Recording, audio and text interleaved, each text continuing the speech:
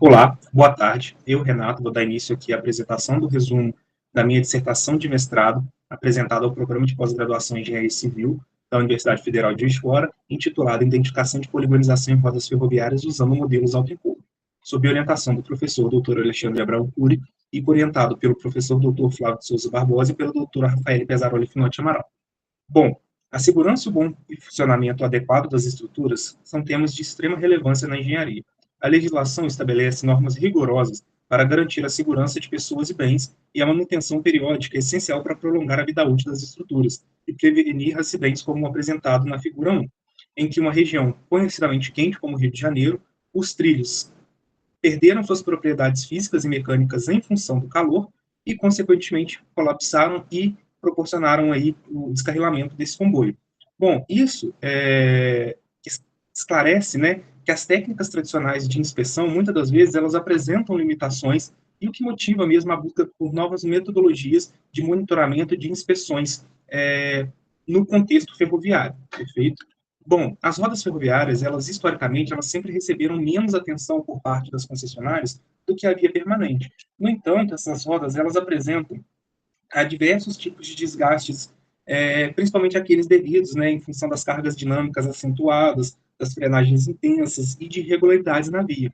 E esses desgastes podem ter diversas causas, como a deterioração da banda de rodagem, o excesso de carga e a fadiga mesmo do material, em consequência de todos esses tópicos anteriores. Bom, e esses defeitos geométricos, como a perda de circularidade das rodas, eles surgem, tipo assim, proporcionam o surgimento de vibrações excessivas e impactos que afetam a via permanente, tá? E por isso a detecção precoce desses defeitos é essencial para evitar falhas catastróficas e reduzir os custos operacionais, garantindo maior segurança e eficiência do transporte ferroviário.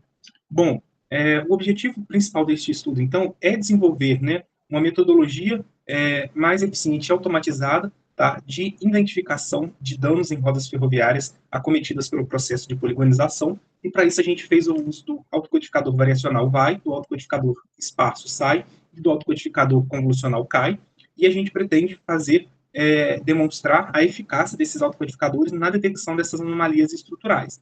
Bom, como objetivos secundários, a gente pretende fazer, avaliar, de fato, né, a capacidade de cada um desses três modelos autocodificadores na apresentação, né, de representações, na capacidade de aprender representações latentes, ou seja, aquelas características relevantes daquele conjunto de dados, perfeito, a partir de dados simulados de vibração ferroviária. A gente pretende estimar o custo em termos de tempo para a realização e rodagem desses autocodificadores e, por fim, comparar em termos de capacidade de reconstrução dos sinais originais e em termos de tempo, de custo computacional, cada uma das metodologias avaliadas, tá? Bom, os dados utilizados, eles possuem origem numérica, perfeito?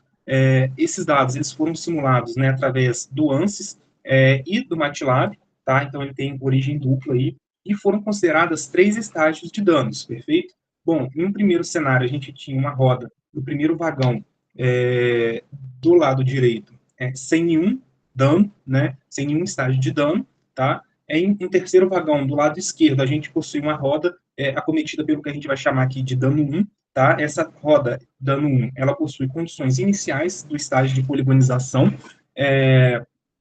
com espectros de comprimento de onda se estendendo por 20 harmônicos, e no quinto vagão a gente tinha, né, uma roda com estágio de dano 2, que, né, se trata ali de uma condição mais severa de poligonização, com espectro de comprimento de onda se estendendo pelos 30 primeiros harmônicos, tá? Bom, a gente, né, a partir da obtenção desses dados, que não foram, né, que nos foram fornecidos por uma equipe que trabalha de forma complementar à nossa, eles forneceram esses dados, a gente fez o carregamento, segmentou esses dados, porque o espaço que a gente tinha de treinamento do conjunto de dados, ele era bem limitado, então a gente segmentou ele, tá, com o intuito de aumentar o número de capacidade de treinamento e validação desse modelo utilizado. Utilizamos, né, a normalização Z-score e posteriormente dividimos esse modelo em treinamento, validação e dados de monitoramento. É interessante falar que os dados de treinamento e validação, eles pertencem ao mesmo conjunto de dados,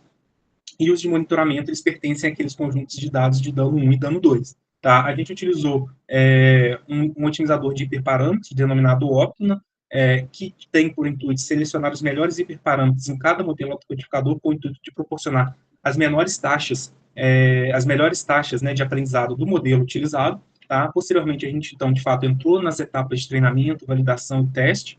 Tá? Utilizamos a métrica, né, estatística T-square, ou carta de controle Holter T-square, que, a partir de novas medições, ela permite calcular a distância, né, em relação aos dados de treinamento e validação, e, consequentemente, indicamos se aquela nova amostra ela possui uma anomalia ou não, e, posteriormente, a gente comparou as três metodologias em termos de capacidade de reconstrução dos sinais originais e também em termos do uso computacional, em termos de tempos. Tá? E, por fim, finalizamos a nossa análise.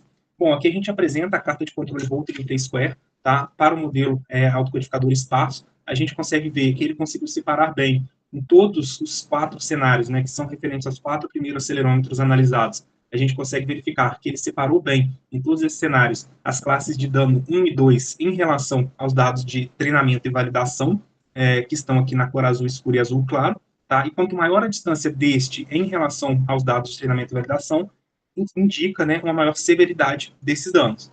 O CAI, a gente consegue observar, né, o CAI, o autocodificador convolucional, a gente consegue observar este mesmo cenário, no entanto, em todos os 4 cenários apresentados, a gente consegue observar que os resultados, né, referentes aos dados de dano 1 e dano 2, eles apresentam uma proximidade maior entre si.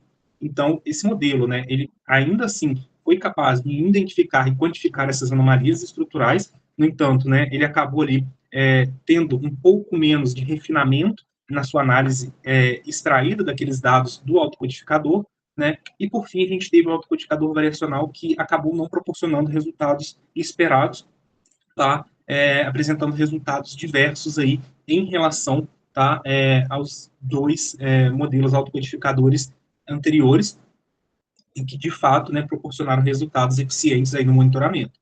A gente consegue observar aqui, né, que os dados de validação e de monitoramento, eles acabaram se sobrepondo em alguns cenários, como aqui, ó, no acelerômetro 2, no acelerômetro 3, no acelerômetro 4. Então, esse resultado acabou não sendo de forma, né, eficaz aí para esse autocodificador. Em termos de custo computacional, a gente obteve que o CAI, embora ele tenha tido um refinamento um pouco, né, menor do que os resultados apresentados pelo SAI, ele apresenta um custo computacional de cerca de 3 horas e meia média, tá? Em relação aos 6 cenários avaliados, aos 6 acelerômetros avaliados. O SAI apresentou um tempo médio de aproximadamente 5 horas e 28 minutos, enquanto o VAI, aquele que proporcionou os resultados menos precisos, acabou apresentando um custo computacional de 7 horas e 1 minuto, em média. Tá?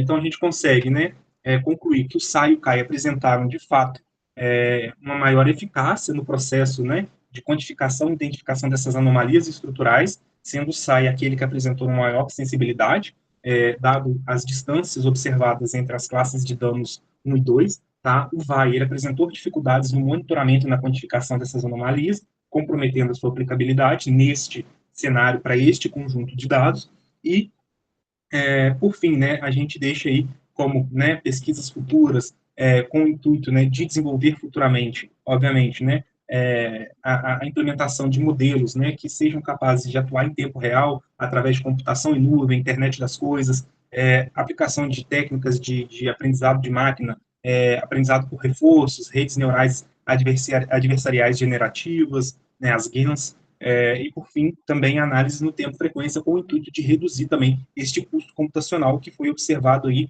né, apresentando aí custos consideráveis, tá?